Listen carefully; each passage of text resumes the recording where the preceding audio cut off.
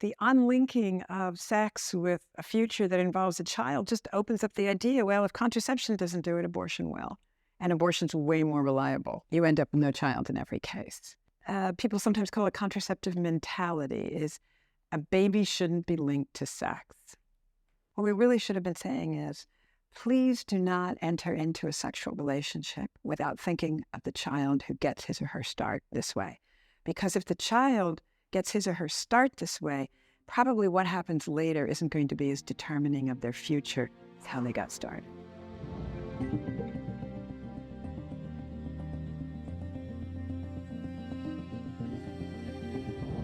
All right. Well, Helen, you are a hero of mine and have been for well over a decade. So I'm thrilled that I get to sit down with you. You are a professor of law at George Mason University, and you've written many books. You've served on many advisory councils and boards. You were on Live Action's advisory board, and you've done just incredible work for the pro-life movement for decades now. So let's start by, that's a very brief, and you're a mother of 3 beautiful kids. Let's start with how you started getting involved in pro-life work. So first of all, let me say that you are a hero of mine. It's great fun to be in this conversation. I really look forward to it. I was a product of 1960s, 70s feminism, but I was also the product of a very thoughtful and faithful Catholic home. So even when I decided around age 12 that I wanted to be a lawyer and probably a scholar, which I really was on that early, I knew I wanted to do it for a greater cause. And I used to tell my parents, even at that age, that I wanted to do something, quote, my mother will laugh at this, great for the church. Knowing that going into high school, even when I went to law school, at Cornell, there were not a lot of people talking about going to serve the Catholic Church. I picked the law firm that was founded by Catholic lawyers who couldn't get jobs at what was then a very Protestant-dominated town in Philadelphia. It was sort of more Episcopalian, and Catholics need not apply in the 1920s. And I knew they did religious freedom. And so I took a job with that firm, and I began to notice that the work we were doing for the church interested me a great, great deal. I was married but living in separate states while my husband was in grad school. So I went back to school at night while being a full-time trial attorney for a master's in theology. And then he needed to move to D.C., and I said, well, this is about the time to make a break, take a radical pay cut, 70% pay cut, go work for the U.S. bishops at large, like all of them in the United States, and finish my master's and go in for my doctorate in theology. And so I was always called to the church, and it was at one point, and this really is the more precise answer to your question, during my time in the law office for the bishops, that someone said, hey, by the way, are you pro-life? And I was like, yeah. They're like, well, we need someone to write our Supreme Court briefs. Are you interested? I was like, am I? Wow. So beginning in 1987, I started writing the U.S. bishops' briefs on abortion. And I decided at the very beginning to take a pro-life feminist tack, because I was angry that the church was being considered anti-feminist when I knew from my life and from studying that their positions were what would actually be more freeing for women. So that's how I got started. And you went on to be their spokesperson too. Yes. There are some clips you can find on YouTube of you debating Betty Friedan. With the hair. I mean, you debated the mother of modern feminism. Yeah. On a panel debate for like an hour and a half. You've debated Jane Fonda. The New York Times called you the new face of the pro-life movement. Yeah. And you were on the front lines as a mother of very young children in the 90s doing this work. But you said something very interesting, that you had the insight at the time to use a pro-life feminism as the approach to those groups that you were writing. I want to start there because feminism is very controversial. How do you define feminism? Right. I'm going to steal it from a very brief bumper sticker. Feminism is the radical notion that women are human beings. And to me, the respect that you would give to any human being, male or female, is the respect that you give to women. And that included recognizing all of them: mind, body, soul, intellect, emotion, all of it. And I grew up with the feminism of the 1970s. I was a teenager that I called myself a feminist at the point when my Cuban immigrant father equated feminism with Marxism. He was very alarmed when I announced as a child that I was a feminist. But to me, the dignity of the human person, the imago Dei, being made in God's likeness, simply has to be recognized for women as well as for men. It doesn't mean, because any academic will tell you that things are better understood by distinction than by description. When I say that's huge, what I've just said. It doesn't mean stereotypical, at the time, female behavior and accomplishments only. It doesn't mean you don't like complementarity between men and women. It doesn't mean you reject God or childbearing, motherhood. It means that you accept the human being in all their facets, whether she is a woman or a man.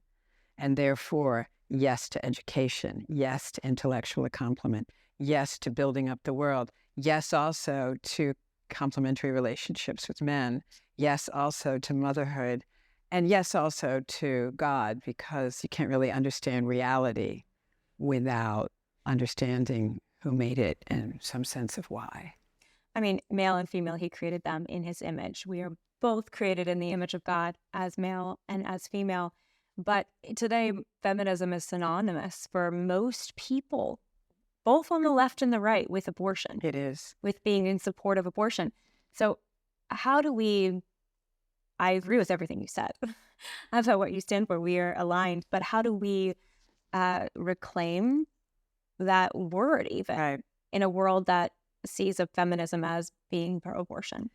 I think we need more to live it. And lots of people who live in families with young women who are using their talents that God gave them, whether they're going to school or they have some kind of trade, or they are full-time moms and they have worked outside the family or not worked outside the family. And they would say, oh, my daughter is totally for the equality and well-being of women. Would I call her a feminist? I don't know.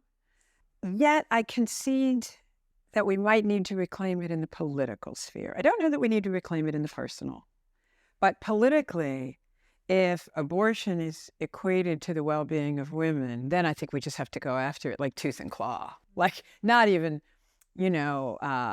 subtly. And you have to say, it's so very ironic that a group that began in service to people who are being mistreated, people who are vulnerable, people who are second-class citizens, would use the destruction of the vulnerable as a means to an end. And by that, you mean the early feminists were suffragettes and abolitionists. So they actually became, in a way, before we want the right to vote, it was we want the right to speak out against slavery. Yes. Because they were shoo-shooed from conferences of abolitionists. And so they went and had Seneca Falls and said, enough of this, we have a responsibility as women to speak out against evil. Yes. And we also demand that, men are seeking virtue as much as women, that we seek virtue together. Imagine what a lovely program. Even though I would say second wave feminism in the 1960s, 70s and beyond was talking about vulnerability. Women who were not permitted to exercise their intellectual faculties. Meaning you're saying it had nobility too. Yes, it also had. Even the second wave feminism. Yes, I think it was intended to address the vulnerable. The problem, however, was that it was top down. NOW, the National Organization for Women, which I don't know if you were around at this time, we used to fondly in the earlier 1980s pro-life movement not call it now, we called it WAS, the Women's Abortion Society, as opposed to now. It's fitting. But even now, they claimed to represent the vulnerable, but the problem was they were all top down, which was a fascinating contrast with the pro-life movement, which, in the 1970s and 80s, and even beginning in the late 60s, was like moms at the kitchen table organizing their neighbors. And so they actually knew what women want. Mm-hmm. They actually knew who spoke for women. NOW was some very well-off, highly educated people, not in touch with women of color, not in touch with poor women, not in touch with women who didn't have the privileges of education. And they had this very rarefied, removed, but ultimately unrealistic idea of what women really wanted. Whereas the pro-life movement from the beginning was built by moms and local people. And National Right to Life Committee, sort of the first big name in organized national pro-life, was organized because someone goes, wow, there's a million points of light here. Maybe we ought to try and help them each not have to reinvent the wheel. And so from the beginning, we've always known what women really wanted. But on the national stage, I like to debate. I like rhetoric. You have to go tooth and claw. If someone says we represent women, you have to go right at it and say, you don't build a movement on the bodies of 50 million destroyed unborn lives. You have to be bold, the way you've been bold. You just have to say it. You don't be mean. You don't call anyone names. You don't scream. But like Walker Percy, that famous writer, when that famous line he had in the New York Times, and he said, it looks like you may be succeeding, but you're not going to have it both ways. We're going to tell you what you're doing. Tell them what they're doing. And then I think we can make a better go at reclaiming the pro-women label of basically no holds barred abortion. Well, you are the icon of that, Helen, from your work the example to me and countless others of claiming the ground back. That to be pro-life is, of course, to be pro-women, to be pro-human, and to do it in a way of elegance, good humor, kindness, but confidence and boldness in calling the evil that it is. When you were in that debate with Betty Friedan, and you said, even just moments ago, there was some good to second wave feminism. They did notice some real problems that they were trying to solve. What did Betty Friedan get right, and what did she get wrong? I learned a lesson in debating really the toughest voices.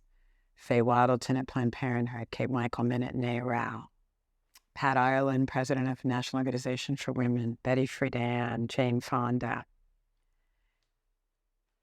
You can acknowledge the truth about some of the good of feminism, and you might think you'll get credit for it. Oh, this one's reasonable. So we could listen to her when she speaks about abortion. And the answer is you get no credit, none. There is no actual dialogue.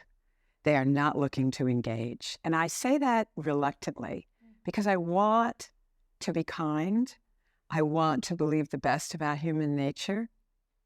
But they will not give an inch. Bad faith. Correct. They will call us unreasonable.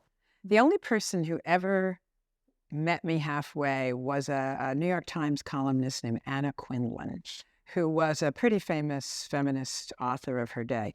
It's fascinating to me. The next in line is a woman named Michelle Goldberg, and Michelle is cut from a different cloth. I debated her at, I think it was Ohio State, and she lost it when I suggested that we should separate feminism from abortion. She lost it. Whereas Anna Quindlen would listen. But no matter what you say, in the end, if this sort of, no holds barred, autonomous control over the fate of the next generation is not acknowledged, you don't get any credit for being reasonable. You don't get any greater willingness to say dialogue with a person who believes that than someone who thinks women should be home barefoot and pregnant. None. I learned that lesson the hard way. And I began to adopt a debate technique where I would formulate their reply before they could get to it. And I'd say, I'm about to give you credit for this, this, this, and this, which should make you more reasonable when you listen to my argument about abortion and its relationship to authentic care for vulnerable human people. But I know you're not gonna. So just so you know, I already know. I would verbalize what was about to happen to me so they couldn't hurt me with it. The contradiction of them saying we're for protection and care for the human being that's vulnerable, and then the failure to have any acknowledgement of this other human life that's clearly distinct from his or her mother. Exactly. Which is that it's kind of mind-boggling that you can see the pro-life stance from the position of any worldview, any political theory. You can acknowledge there are two lives, at least if there's not twins or triplets. Yes, there's right. two lives involved here, but the unwillingness to even concede that. Yes. It's one of the losses of feminism is reality and truth. And there's a number of reasons for that. One is that they were top down. There were people who thought they had life, all under control because they were very privileged, and that's wrong. Your life is not under your control. But once you adopt one lie, it just leads to a million more. So they never really wanted investigated the fate of women who had abortions. I was appointed by the second Bush administration as the lawyer ethicist on the panel at National Institute of Health that oversaw grants. And it also had control over some of the largest studies. And I said, hey, abortion is one of the most frequent surgeries performed on women. Why don't we include one question in your longitudinal study of the lives of women and their children? Oh, we'll think about that. They didn't want to know. A shocking lack of curiosity about how one of the most frequent surgeries in the world affects women from people who claim to be feminists. They didn't want to know that. They don't want to know about the abortion pill reversal. They don't want to know about pain capability in unborn children. They ended up, planting the seeds of their own destruction when you won't acknowledge truth and you don't want it investigated. Earlier, you said something interesting about how they don't really know they're not really standing for what women want. Now is top down. The pro-life movement is bottom up. They're in touch with the everyday lives of women who are having children, many getting married, trying to live happy, fulfilled lives. And they're ideologues, basically, out of touch with what the real life experience of a woman is. Today, I don't know if you see it as any different, because my experience is there's so much brokenness and confusion of the everyday women. Yeah. Women are much less likely to marry, and men, than they were decades prior. Many more children are born to single parents today or divorced parents. We have a different culture, even in just a few decades, in a generation, really. Yeah. So the everyday woman, what she thinks she wants, does she really know what she wants, the everyday woman? And it is what she thinks she wants good for her? What's interesting to me is two tracks that I see operating without mutually overlapping or informing one another. I follow the sociological, the psychological, the economic literature on the well-being of women, children, and families. Pretty much every day I'm reading something, right? Every time the books come out, I get the book, I read the book, and I add it to my library. We have never had clearer evidence about human happiness. There's even a happiness project up at Harvard. It's a human flourishing project. It's magnificent. There's happiness journals. The Harvard longitudinal study of adults, the most important study of its kind. What makes people happy? Lifelong relationships, close relationships. Particularly marriage, no? Marriage being the one that makes people happiest. And we know this. We also know there's a book that just came out just this month by Melissa Kearney, an economist at University of Maryland, who works with economists from all the fine economic schools in the country. And it's about the advantage of two parents. And she talks about, the price that children pay for the lack of what a lifelong connection with that's very stable and warm with their parents. We know, and yet this is coexisting not only with the highest rates ever of non-marital parenting. Rates of divorce have really gone down among those with a college education, but they're still high among those who don't have that privilege. I cataloged this in my first big book, Putting Children's Interests First in U.S. Family Law and Policy. We know that the government is sometimes on the website just putting out stuff going, listen, if you want a baby, have a baby, as long as you can pay the rent if it makes you happy. It's not because we want to condemn people. It's because we want to say, hey, everybody, let's put the vulnerable first. Let's take care of the next generation. Robert Putnam, the guy who wrote the book Our Kids, I think I can't remember. I think he might be at Harvard. Very famous sociologist. I think he also wrote the book Bowling Alone. When he was asked, are people going to put children first in all of their familial decision makings? He goes, well, I hope so. I mean, he goes, well, he sort of petered out in the interview with the Washington Post. Well, they should. I mean, it's pretty obvious they should, but I don't know. And that's where we are. The evidence is all going one way. And so it's been going this way for decades. So the sort of, I think there's 2 points there. The confused people today, or the people that aren't sure, or do they want what is good? You know, the everyday woman. I mean, 1/4 of evangelical millennials identifies LGBTQ, according to one of George Barna's surveys in the last couple of years. So, you know, you have these wild new sense of identifications and what people may want or not want. And maybe they're just saying that to kind of be in vogue or accepted, you know, they're not living that lifestyle necessarily. Right. But in addition, these are the kids who weren't put first. And now there's the chaos that comes from that. But then they're making decisions. Are we making decisions today to put kids first? Couple of things. Number one, they do talk about people who are parenting nowadays, especially in married parent homes. They used to call it helicopter parenting. Now they're actually calling it lawnmower parenting, which is you just mow down all the obstacles before they even encounter them, right? People are really, really conscious of who are, you know, married and staying married, more maybe than they had been at the past, that it's a tough world and you better be vigilant and you have to help your kids without spoiling them, but you do have to help them. At the same time, the rate of out-of-wedlock births is 4 in 10. So we have these 2 tracks going along at the same time. And interestingly, the very latest studies are showing, because fathers are contributing more than they ever have been, the gap between the have a married father in the house and don't, and those who don't, is getting bigger and bigger. The advantages to children with a mother and father stably in the home are actually growing. And thus, even though the disadvantages may not be getting worse of not having it, they're pulling away even further, because now fathers are totally stepping up to the plate, which is one of the great advantages of feminism. I think it's one of its great successes, is pulling men more into the parenting project. They do feel their obligations now more than they did before. It's understood. So what's that going to look like to have these the haves and the have-nots? The generation of kids who are raised without, you know, present involved parents, maybe don't have the same privileges of education or opportunities.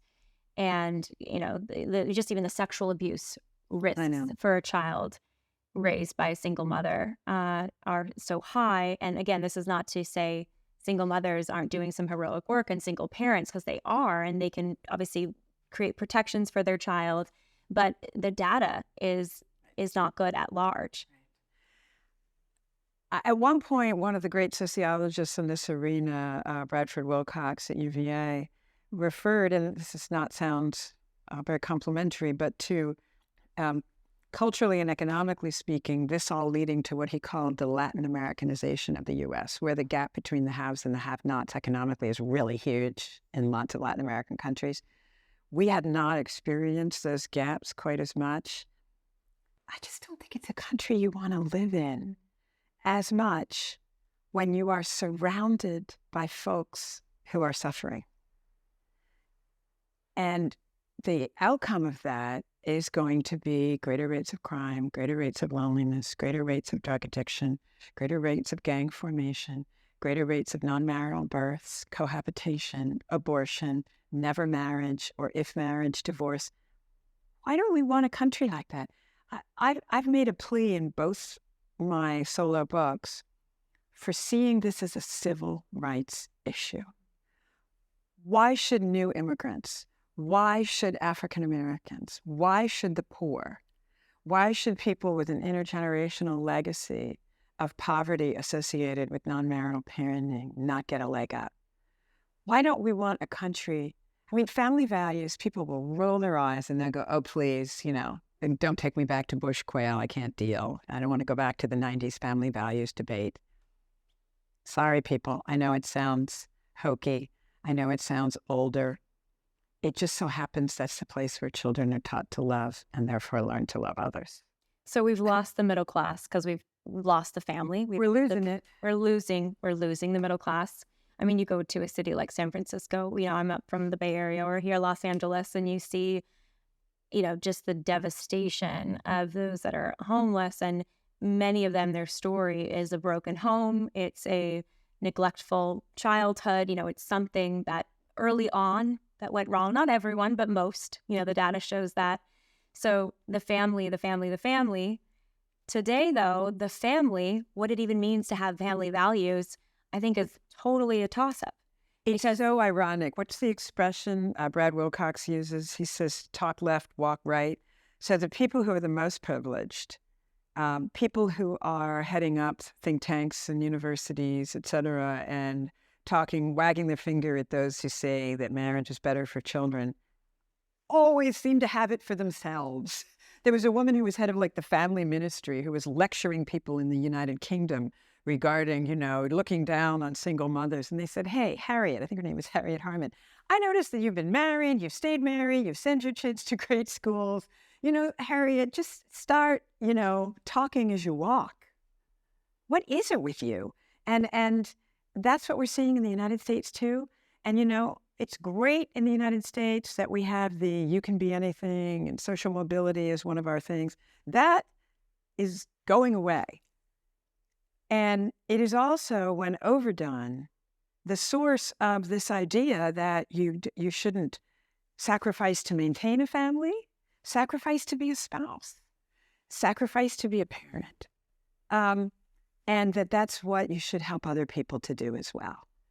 But it's hard to do that when even to say that marriage is between a man and a woman is extraordinarily controversial in most places in our country. It is. It's more of a third rail than abortion is now. I think you're right. And also to say that a child deserves a mother and a father. So all the literature talks about the irreplaceability of a father and of a mother and the importance of the biological connection. And yet at the same time, those, we were talking about this earlier, even a book that you were referencing, that I think the one that came out just last week. Melissa Kearney's book. But then there's this quick of, it doesn't matter if it's a same-sex couple. Right. No impact on the child's welfare. Right. There's two factors there. One is, if you actually think in the Supreme Court same-sex marriage opinion of Bergefell, what it really did, I like to be blunt. People say, that found a constitutional right to same-sex marriage in the Constitution. No, what it did is say to every state, you may not value procreative unions over unions that can never be procreative. And you may never try to create and valorize an institution where in every case the child will be attached to his or her mother and father. That you may never say is more desirable than a marital institution that is same-sex, when in 100% of cases, the child will be separated from mother or father or both. And then you put some of the data together in same-sex households. First of all, how many of those children come from a prior heterosexual relationship, meaning they already have a break in their family structure. Number two, the fact that women are far more likely to have children in the home, women pairs than male pairs, and that we have all of this cry for boys really actually suffer more than girls do when there's not a father. So you have more women pairs raising them, and now we have this literature from Harvard and elsewhere on the need for the father. And then you put the instability. One of the things you notice is they'll say, hey, there's no differences between same-sex and opposite-sex marital households as long as we factor out family structure. Wait a minute. So you factor out the thing that actually defines the class. That is that there will never be both a mother and a father there. And additionally, the data that we're finally getting in after a while of same-sex relations in marriage, being declared a marriage, is that the instability is far higher than in opposite-sex relations, with female pairs being more unstable than male pairs, and female pairs raising more of the children. I know that's throwing a lot of data on top of each other, but it paints a picture that says, wait a minute, not so fast. This separation of children from their parents in this way, why would we expect that it would have any different results from other ways that we say are having problematic consequences? I was looking at a popular Instagram account recently, and it was of this couple, lesbian couple, living married, as saying we're married, and they have these 2 children, and they talk openly about how the donor, not the father, these children have no father to them, it's a donor. They use the same donor, so the children look similar, and one of the mother's, eggs, and she carried the children, so it was done through IVF. And they intentionally had one boy, one girl, and they have, they publicize their whole life, potty training their boy. You see him on the toilet. I mean, they really have everything there as part of their journey of being a gay couple, is what they call this account. But I just remember thinking and looking just even at some of the comments, everyone just praising them, praising the beauty of their family. It's so interesting that the donor, they say, we don't talk about the donor a lot, and I just think about this boy they're raising, that they intentionally brought into existence, who has a father. They're not acknowledging him as a father of any kind. He's just simply a donor. And there's 0 father in his life. There's no father in his life. And when all the data says that fatherlessness is one of the leading causes, arguably the leading cause of any number of social ills that a person can experience. And boys experiencing it in a more difficult. Criminality, addiction, mental health, economic opportunity. I mean, in every category, not having a father, especially like you said, as a boy, is devastating. So how did we get to the point where we're accepting and even celebrating online these social experiments that we're performing on children? I think there's 2 things. One is we really are a pretty materialist, individualist country. And that has a lot of, you go girl, and social mobility is great advantages, but it also has disadvantages. And if we moved at a little slower pace, lived at a little lesser income, spent more time on family things than individual self-maximization and money, the United States would be a different place, but a more familial place. Secondarily, I think that there's always been a tendency, really beginning in the 60s, no-fault divorce was the beginning of that conversation writ large about adults first, and as long as the adults are happy, the children will be happy, which did not prove out. But one of the papers I wrote, I think it was in the Stanford Journal of Law and Public Policy. It was one of my early law review articles. I went back and I read every page of the transcript of the first debate at the National Commission on Uniform Laws over whether or not to invent no-fault divorce. And I read every page. And through it, there's this one guy in particular. It's an African-American delegate from D.C. And he keeps going, hey, we've been noticing that the boys in our schools without fathers are struggling more. And at that point, remember, D.C. was like 70, 80% African-American, right? He says, I'm not so sure we should be moving so fast on this. They say, oh, excellent point. We will look at it. That's in like year 1. Year 3 is like, excuse me, I don't really think this has been brought into the conversation. And they're like, excellent point. We'll look at it. Finally, right before the closing bell, he says it again. And they're like, we looked at it. Everything's fine. They never looked at it. Don Browning, who is I think a sociologist and theologian at UChicago, used to say, we put adults at the front door. And then at the back door, we go, okay, the children aren't doing so well, but here's how we're going to make it up to you. And my book on putting children's interests first, I have an entire chapter on how we're trying to make it up to children at the back door and what works and what doesn't. And they're recovery efforts. They're not setting up a strong foundation. And recovery is always harder. And more expensive. So what is your take on no-fault divorce? It's very controversial. Complex. Especially among conservatives. A lot of conservatives today increasingly are saying it's ridiculous. No-fault divorce is the reason we got to our sky-high divorce rates and our single parenthood rates. And then there's this other voice over here that says, well, what about abuse and those tricky cases where it's hard to prove abuse? So what do? I got in a lot of hate recently on a podcast saying, well, I won't be so quick to wholeheartedly condemn no-fault divorce. I think it depends what you mean by no-fault divorce. Right. I don't think divorce for any reason is acceptable. Of course not. I don't think we should be promoting it. But there's a lot of complexities there. So what's your take on that, Helen? So I have researched and teach a lot about this. First thing to say is divorce rates were already rising before no-fault divorce came in, right? And how do they do that? Collusion. You hire your lawyer secretary to be the woman in the room when you show up and go, you're in adultery.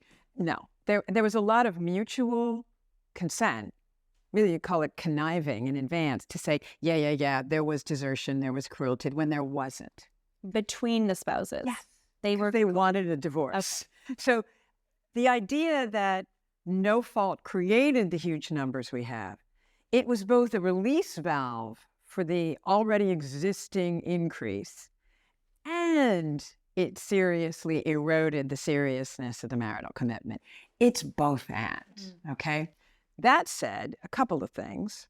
Once no-fault divorce took hold everywhere, fault did not leave the divorce equation entirely. Sometimes states would allow it in the property distribution calculus. Sometimes they'd allow it in the spousal support. It used to be called alimony. Now it's like maintenance. Or custody, right? Sometimes in custody. Then it started to leave those arenas, and it just didn't count for anything. So what to do? I would like to say I would rather have fault divorce without collusion. What does that look like? That's a hard one because there's so much divorce that courts don't have time to look into it all the time. So what's a next best? A next best is, all right, honey, maybe it's not in the divorce, but it's going to cost you in these other arenas if there is fault. So you put fault back in as part of the calculus for property distribution or one of the... So you're allowed to divorce. It's just going to cost you. It's going to cost you if there's fault. It's expensive. Or we're always going to look and say who really wants out, because that's not good for the kids, and you know it. And it's going to cost you in custody. And one of the things you find in the debate over custody is this sort of shame that went out of, oh my gosh, I'm having a divorce, has entered into the custodial determination arena. People are like, what do you mean you don't think I'm deserving of custody? Not being a decent parent is actually still a sin in the secular vernacular. Thank goodness. Being a bad spouse, it's like, yeah, a dime a dozen bad spouses. Didn't work out. We weren't happy. Everybody understands. They don't understand if you're not deemed to be a good parent. The family courts get a lot of hate. It's hard to have a good experience in family court. Right. You're there because something terrible has happened or has gone wrong to you, or you've done something wrong, and so you're in family court. So I'm not surprised it doesn't have a good reputation among everyday folks. But what I hear, especially from some maybe more on the right side, is that they favor women over men. Yeah, it is the case. But and I think there's evidence for that. But the other thing is that most people don't go to judicial determination. You realize that the vast, vast, vast, vast majority of divorce and custody actions are settled without without a trial. And so, frankly, what you're seeing is people are willing to give the mother. The father is willing to give her full custody more often. There's an interesting little development in custody laws across the United States, which is default position, we're given you joint custody. And one of the rationales is it will actually maybe prevent divorce. Because women file you realize women file 66% of all divorces. This is partly why when you have two females in a same-sex union, the divorce rate is so high, because now you have two people who are more prone to walk. It isn't, everyone says 50-50. That's not the case. It's really more in the 40% range. Also, that means on an annual basis, this many divorces for this many marriages. But remember, some of those are second, third, and fourth marriages. What's going on there, Helen? Because my understanding is 25% of those, of the 70% initiated by women, are abuse situations. I think that's way too high. Interesting. Yeah, way too high. What's going on then? The vast majority, I think, is the expectation that marriage will be some kind of ongoing soulmate bliss without grappling with the ordinary affairs of life. That actually is the data. So they're spoiled. Most divorces are low conflict. They're not high. They don't follow a high conflict relationship. It's what we expect out of marriage. The other reason the divorce rate has been declining is because people who are poorer are not even getting married in the first place at all, or much later. And if they do get married, yes, their divorce rates are higher. But among those who go to college, the divorce rates are back to 1970s levels. Wow. And why is that? Part of it is a variety of things. They have an expectation that I'm going to be respected on both sides. And I'm not going to pick someone who I don't think is just right for me. Now, there is a getting married too late, right? There's a getting married a little later. Getting married at 20 or younger actually has some bad data. People shouldn't worry. It's just on average. But 20 and younger, not such good data. It's like that's a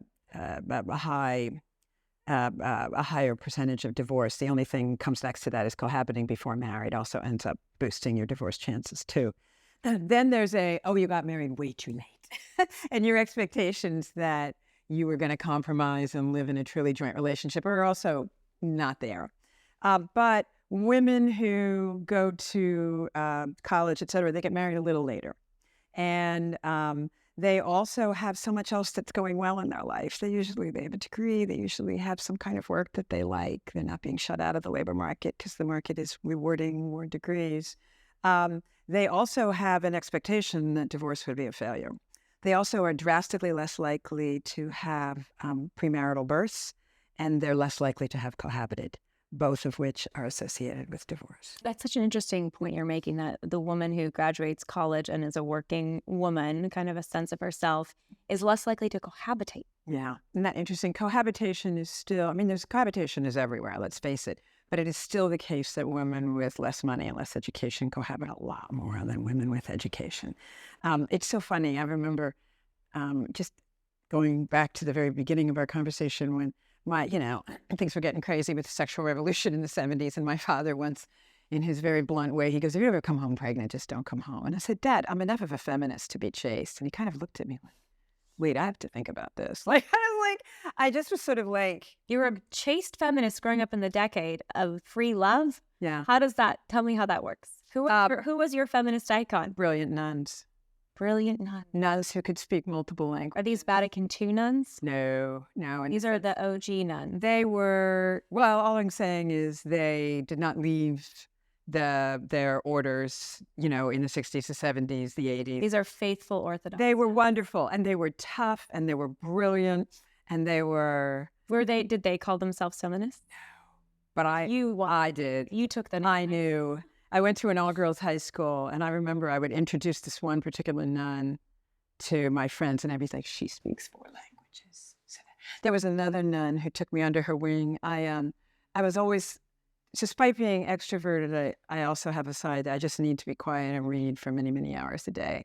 And my mother was kind of like, "Go outside, play with the other kids, etc." And I got to high school, and all I really wanted to do was study and think. And then she taught me to sing, voice lessons, and I would, in exchange for paying for the voice lessons, I stripped and refinished her piano in her music room and learned how to do a little carpentry.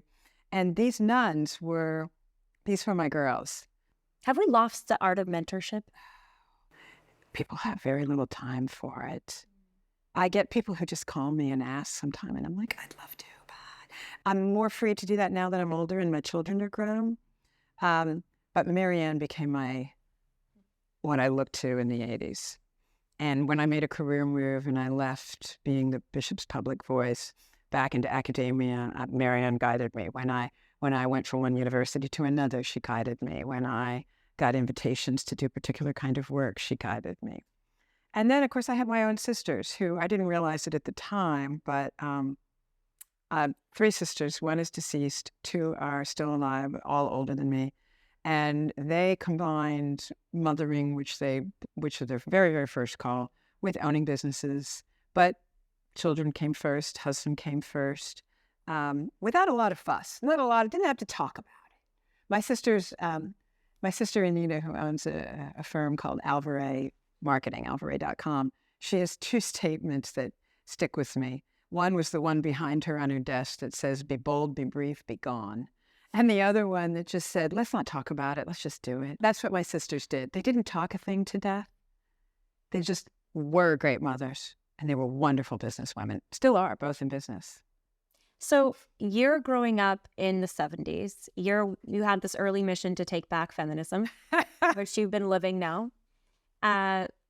Where did we get to the point where the sexual revolution is obviously typically blamed for this? But how do you see the historical events leading up to the rise of divorce?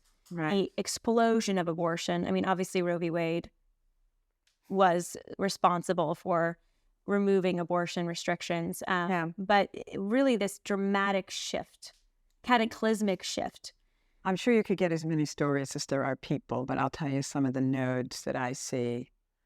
Number one, by failing to value women's intellectual, academic, public square contributions and sort of, picturing us all in an apron, the sort of like the white middle-class woman ideal in the 50s, they earned, that earned some enemies, and women were going to strike back at that.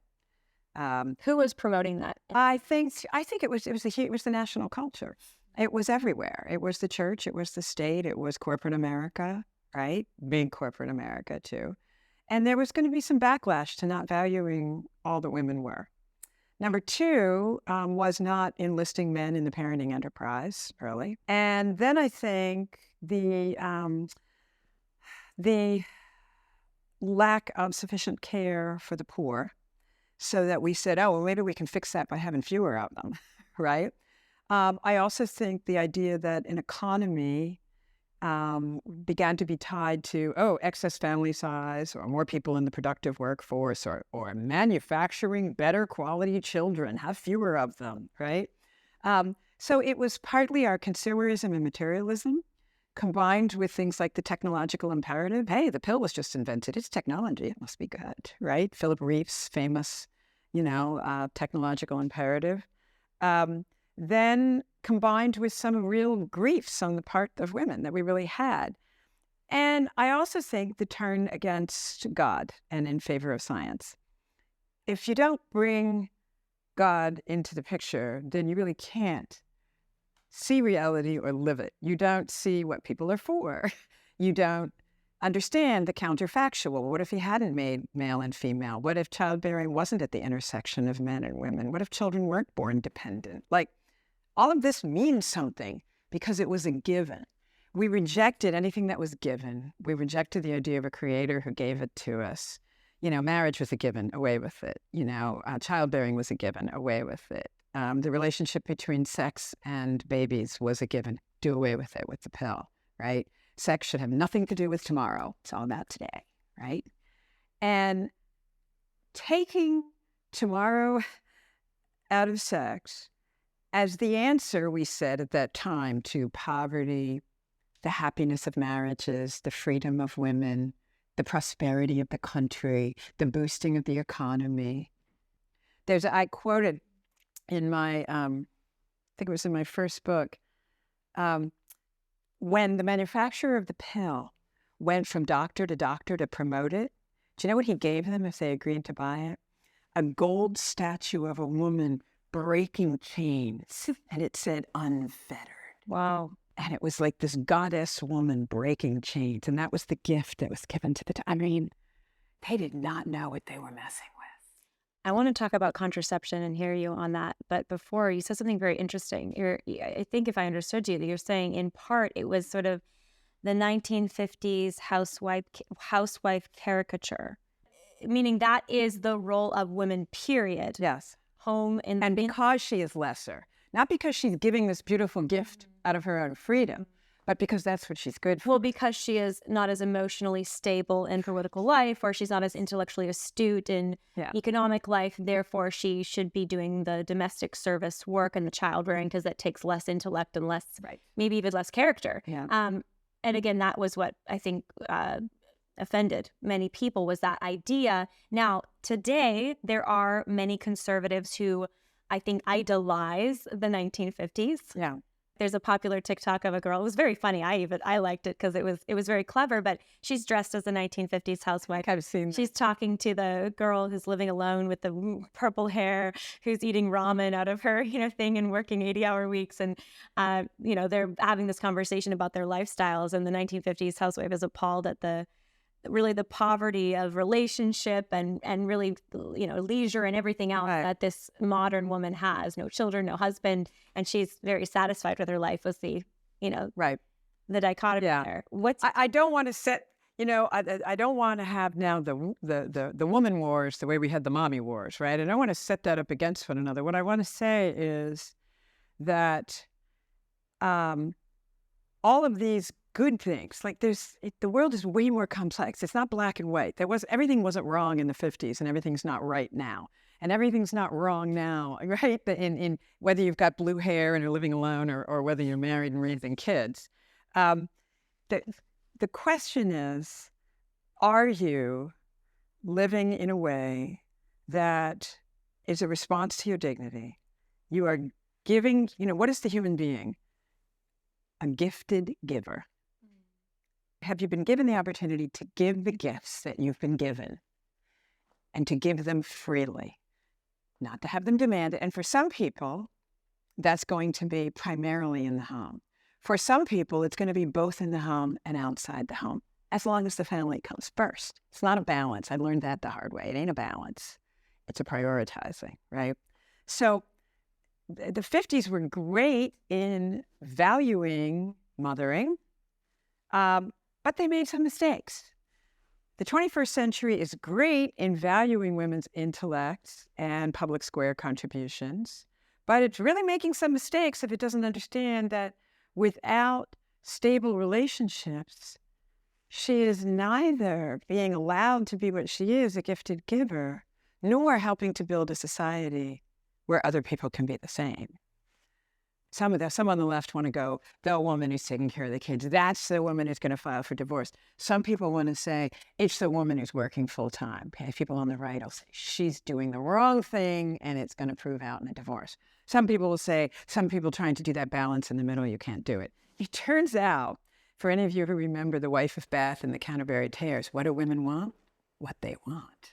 And it turns out it's the gap between the life that a woman wants to have. Does she want to be at home full time? But she's not. Does she want to try and work outside the home and in and out? Does she want to work full time?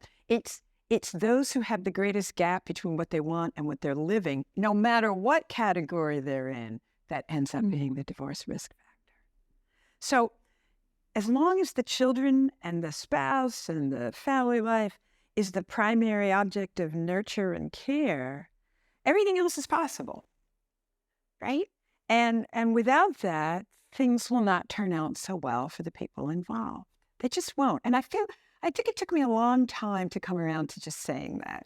Well, each person's different. Yeah, has different talents, desires, and obviously you have to order your desires by priority of what is truly most important, because it is possible to desire something that should not be something you pursue.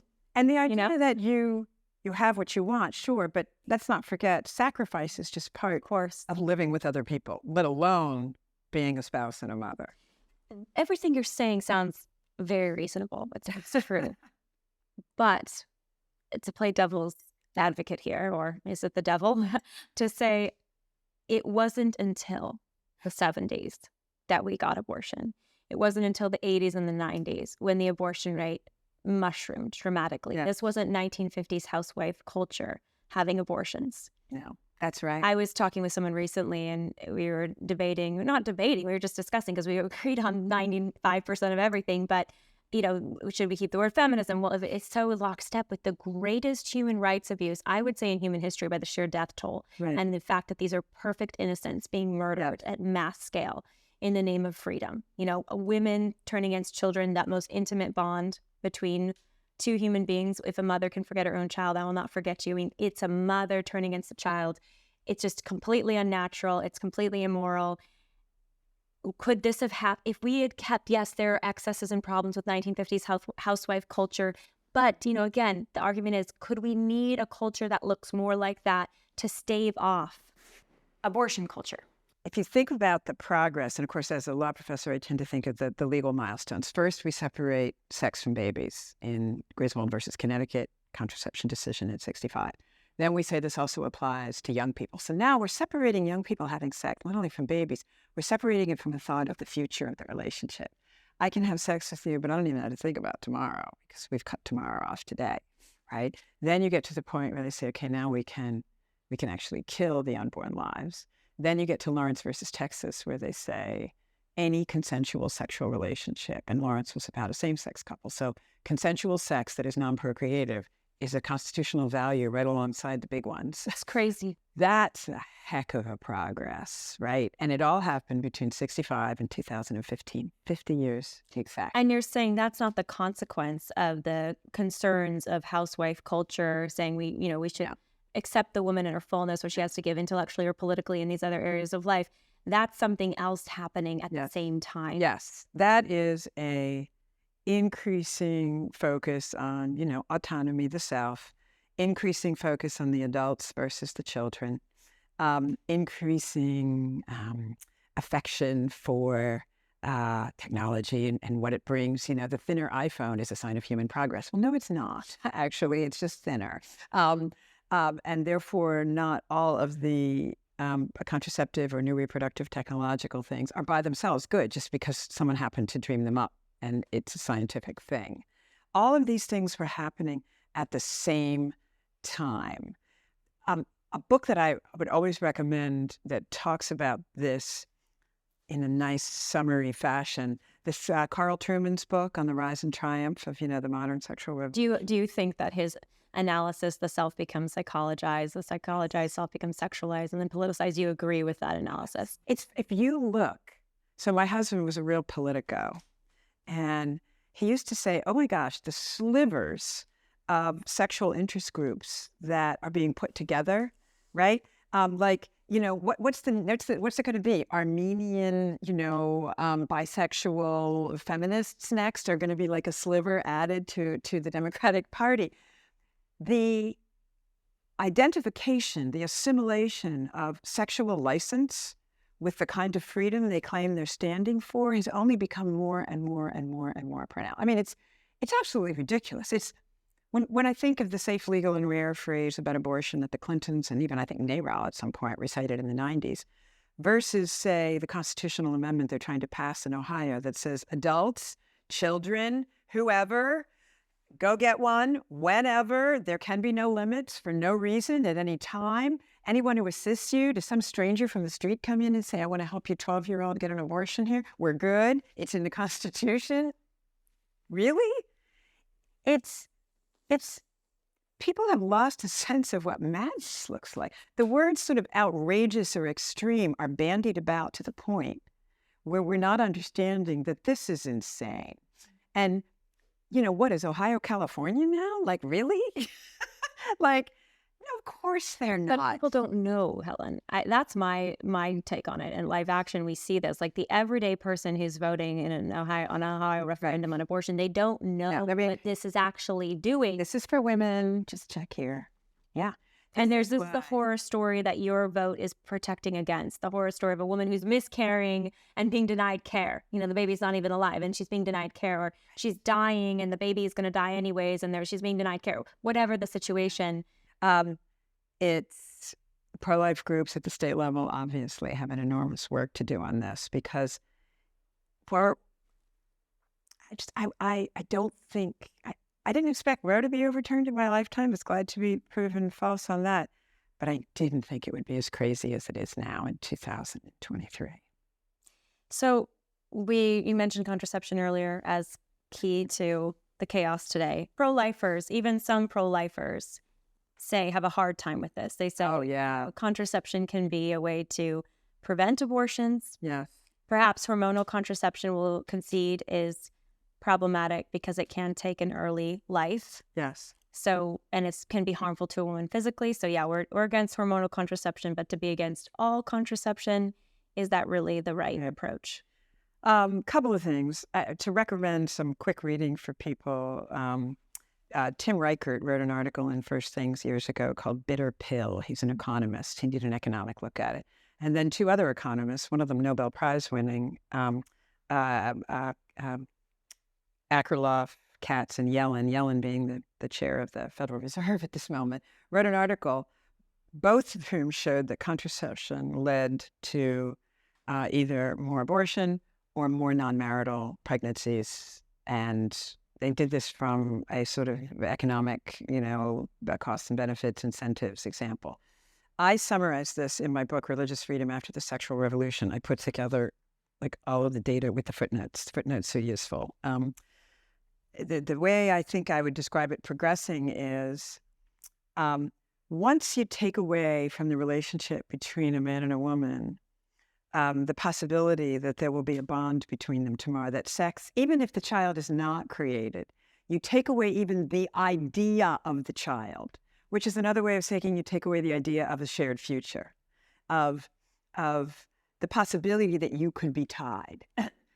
Sex becomes purely that time frame that you're having it transaction.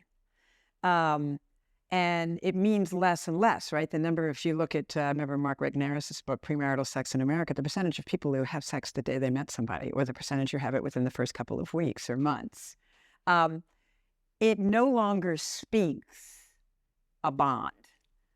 And it has removed, again, by removing the child, it removes the possibility of tomorrow, marriage, kin, family, future completely. And you're crazy if you feel a bond. Yeah, if you feel a bond, you're the weak one.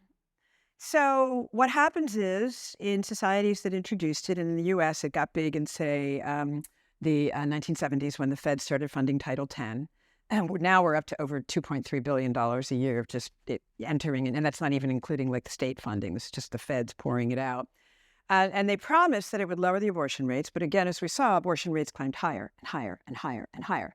And interestingly, it climbed the highest precisely among the people who were getting the free contraception. So what's happening? Number one, contraception fails. So you give people the idea that you're preventing childbearing and you can have sex whenever and you won't have that risk. You just have more sexual encounters that are uncommitted and short term. And therefore, you have more pregnancies because it fails so much. That's number one. Number two, best book on the subject. Eden and Kafalis' Promises I Can Keep, Why Poor Women Put Motherhood Before Marriage. People are gifted givers. They're not a gift to someone in their life or don't have another place to be a gift. They're going to have a child. And all the government programs in the world that tell them, I'm going to make you a self-maximizing monad. We are going to outfit you and you are going to go forward and conquer. And they're like, I sort of wanted to take care of somebody. I wanted a child. Promises I Can Keep is this brilliant, like these women lived for years with the poorest women in various races and nations in Philadelphia and Camden. And they said, I can't keep a lot of promises in my life, but I can keep one to a baby. I can be what I want to be. This is my narrative of success. Don't tell me you want to ship me off to a community college or a college and I'll be by myself without relationships. I think I'd like to have one right now. So you can't overcome human nature. And the government, by telling people that they could, was just giving them all the wrong programs. So, and then you also get used to the idea of a bond that you can break and a bond that you can break. And you get pregnant more and more and more outside of marriage, and you're in a panic and you don't think you can afford the child. This also corresponding with more women entering the workforce, the expectation that women would be working more, taking less care in the home, that motherhood was a burden, not a gift, and a narrative of success. All of these things come together. But again, the unlinking of sex with a future that involves a child just opens up the idea, well, if contraception doesn't do it, abortion will. And abortion's way more reliable. You end up with no child in every case. It's a mindset. It's what people sometimes call a contraceptive mentality, is a baby shouldn't be linked to sex. It just shouldn't be. There was a writer, I can't remember who, it was a Catholic writer, who said, we were taught contraceptive failure leads to babies. She goes, when I got older and I realized sex led to babies, I was like, whoa, why didn't they tell me that? She was like, we were taught in school technological failure. So something terrible happening, ruining all your expectations, leads to a baby. Well, and that safe sex is baby-free sex. That the superior sex is baby-free, is the baby-free sex. And it's responsible, actually, to use contraception, to reject that future potential link that may or may not happen with a new life. Yes. So I think all of those things conflating together. also with the idea that it's not responsible. And the irony was it was coming along at the same time that we should helicopter parent. If you have a baby, you should take care of it. Oh, I can't. I should have an abortion. Like these things were clashing. It was irresponsible of you to have this child at this time. Well, what we really should have been saying is, please do not enter into a sexual relationship without thinking of the child who gets his or her start this way. Because if the child gets his or her start this way, probably what happens later isn't going to be as determining of their future as how they got started. So you're advocating for sexual responsibility. Yes. Helen, what are you? I know, it's a good thing. Blast from the past. Job, yeah. Thank you.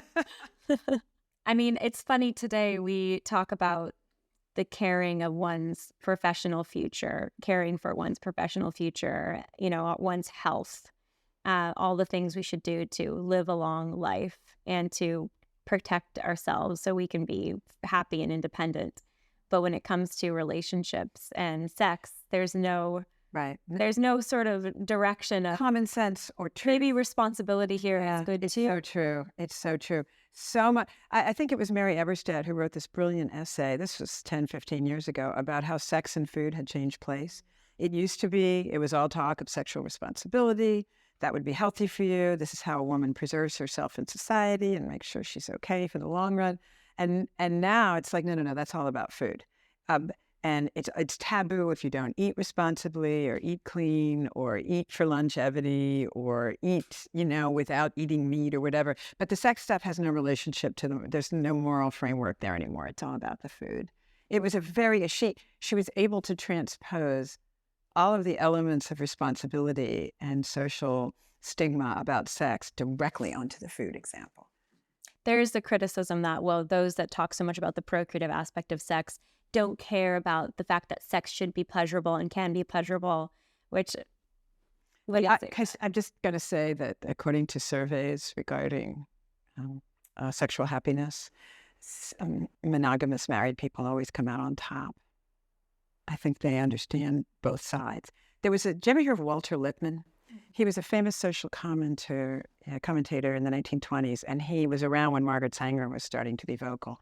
He wrote a book called Preface to Morals. I got an original copy. He made, I don't know if I can't do it as well as he did, but he said, because Margaret Sanger was just saying, women will be happier if sex is cut off for more children. And he said, if you talk strictly about sex as pleasure, he goes, you've ruined a balance. He goes, there shouldn't be a difference between the bedroom and the kitchen.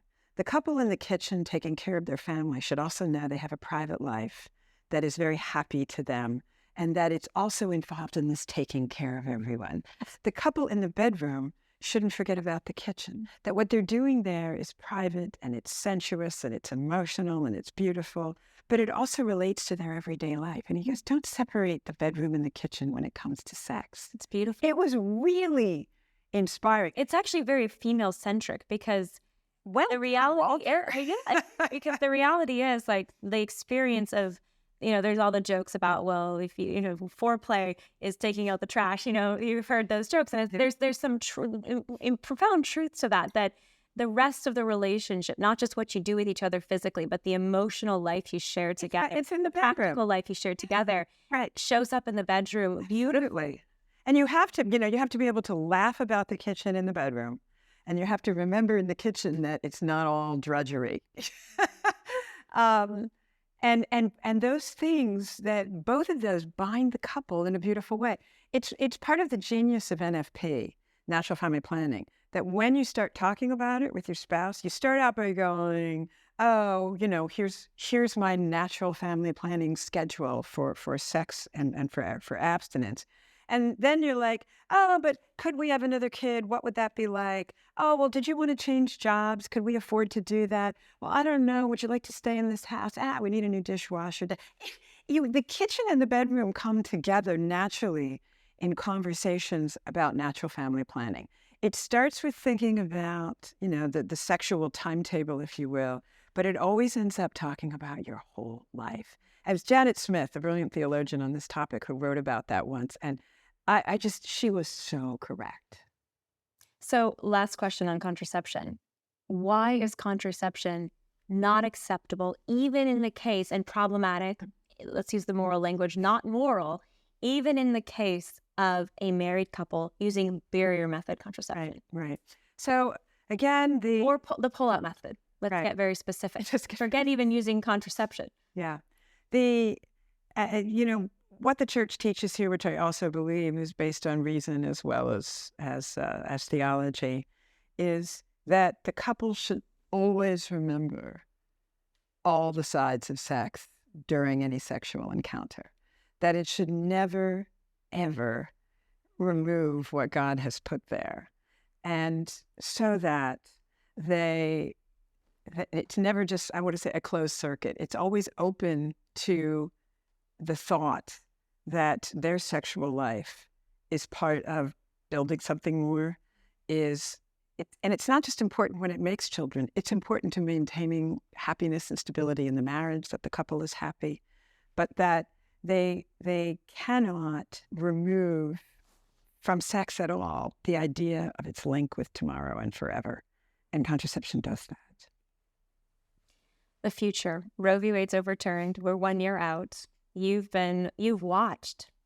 You were in the 90s when partial birth abortion couldn't even be banned federally because Bill Clinton was refusing to sign the law to ban abortion of a baby whose neck and head are already birthed and their neck is cut, the skull is crushed, or the brain removed and that's crushed. The most heinous act even to imagine such a thing. You've seen all of this. What do you think the future of the pro-life movement looks like? So, for one thing, it looks more like, women your age. It looks more like young women who are the walking, talking embodiments of what pro-life feminism was that we were talking about in the 80s and 90s. You just do it. You just grew up with it. And I think that will be more attractive to more people because, let's face it, someone who comes in contact with your life is going to say, oh, wow, she's got this nice family and she does interesting work. She's smart, she's interested in the world. So the movement is already looking like that. It's going to look even more like women whose lives are lives that other people think, I'd like to live like that. Secondarily, the activity at the state level is going to have to be very, very sophisticated. There was all this activity at the national level. We're still going to need it. I mean, the Biden administration and whoever comes after him at this point in the Democratic Party is going to make, abortion uber alles for 9 months without any holds barred. Yes, there's federal work needed. He's going to stick it on every, piece of federal land and federal program and federal contract that he can. But at the state level, they have to be really, really sophisticated. The nationals are going to have to spend most of their time helping the states. This isn't about making a name for yourself. I remember people would say, oh, your name became so well known during the abortion debate. I'd be like, I feel a little crazy saying that, I became known on the backs of how many millions. Let's not talk about it that way, right? It's a service. It's not anything else. It just happens to be that I felt a call, I got an interest, and then I became obsessed with doing it right and not getting a fact wrong because the other side would cremate me.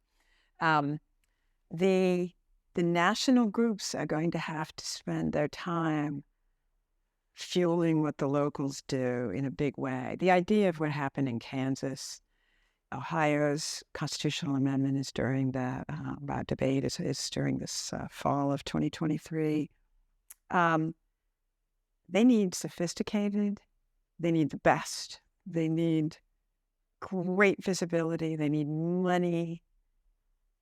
It would be a crime to wake up after 2022 in jobs to find out that all this time we were talking, the country was just growing more individualistic and adult-centered while we weren't looking. And when it came time to do something about it, they weren't willing to put something on the line.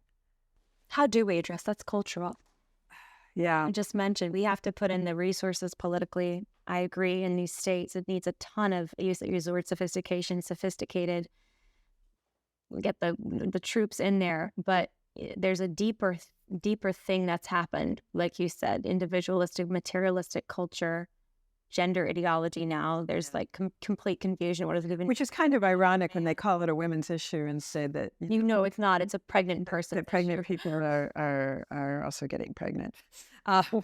Um, I do see a lot of commentary. I'm kind of a news junkie, and I'm a sociological economic junkie of the family, legal too. There is a real concern about the falling apart of our basic institutions, families, communities, schools.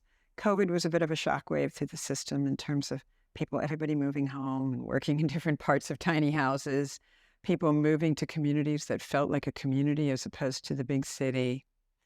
There's a huge conversation around schools right now, charter schools, homeschools, religious schools, anything but public schools, which are losing ground in parts of the country where they're crazy. They're not crazy everywhere. And it makes me wonder, there's all kinds of countervailing forces, I get it. But it does make me wonder whether people are concerned enough about sort of the fate of the nation that we might start taking seriously again, building the family, which abortion is a piece of, right? The abortion issue is a piece of it. This new book, I keep mentioning, the Advantage of the Two-Parent Family by Melissa Kearney. I know she feels like she has to, and she does. I think you have to say, listen, I'm not bad-mouthing people. I'm not saying people are bad parents. I am saying that we are risking a gigantic social fracture between the rich and the poor, which is going to mean racial, and which is going to mean former immigrants against newer immigrants, or at least separated from them. The health of communities, of cities, if we don't get this together. She goes, I know no one wants to talk about it. She says, I mention it at economics conferences and everybody goes silent. Since Daniel Patrick Moynihan's report on the state of the Black family in the 1960s that engendered such hatred and backlash, and then people went back to again and again and went, oops, it's about every family now. It's about people of all different racial and ethnic backgrounds. This issue of the family without the dad around, it just makes me wonder whether they'll be sad about the decline of the United States, which is so closely tied to selfishness, individuals not wanting to give to the vulnerable children, not wanting to see family formation as a civil rights issue for poorer communities. That's how I talk about it. And I've had the same, I've been talking about this long before this Melissa Kearney book came out, and so has she, but I've been at, Brown and Columbia and Harvard, and I get well, your data looks all good, but I just don't agree. There's no way. The government can't put Humpty Dumpty back together again. It can't happen. Maybe churches can. Well, and maybe the government can stop smashing Humpty Dumpty. Free contraception, abortion. It can stop, abusing family values, or even encouraging giving children birth in situations where they're going to be behind the 8 ball from the start. So yes, there's always going to be some role for government here in terms of valuing children with government aid, with education, with assistance for everything they need in school and with basics. But it's pretty bad. And, reining in the internet, reining in pornography, reining in gender ideology, which is confusing children at an early age. All of these are part of it. There's some movement in these directions. And people can't be afraid, though. I'm very fortunate to have a job at a public university that values free speech and be able to say these things. And I sometimes think we have to be pretty bold and say, so, you refuse to speak about, or you are against an institution that would actually provide the key to lifting up some of the poorest and most disadvantaged segments of America. Why? What's your problem with that? And if they say, oh, it's the oppression of women, I say, what if I could show you that that's not really the case?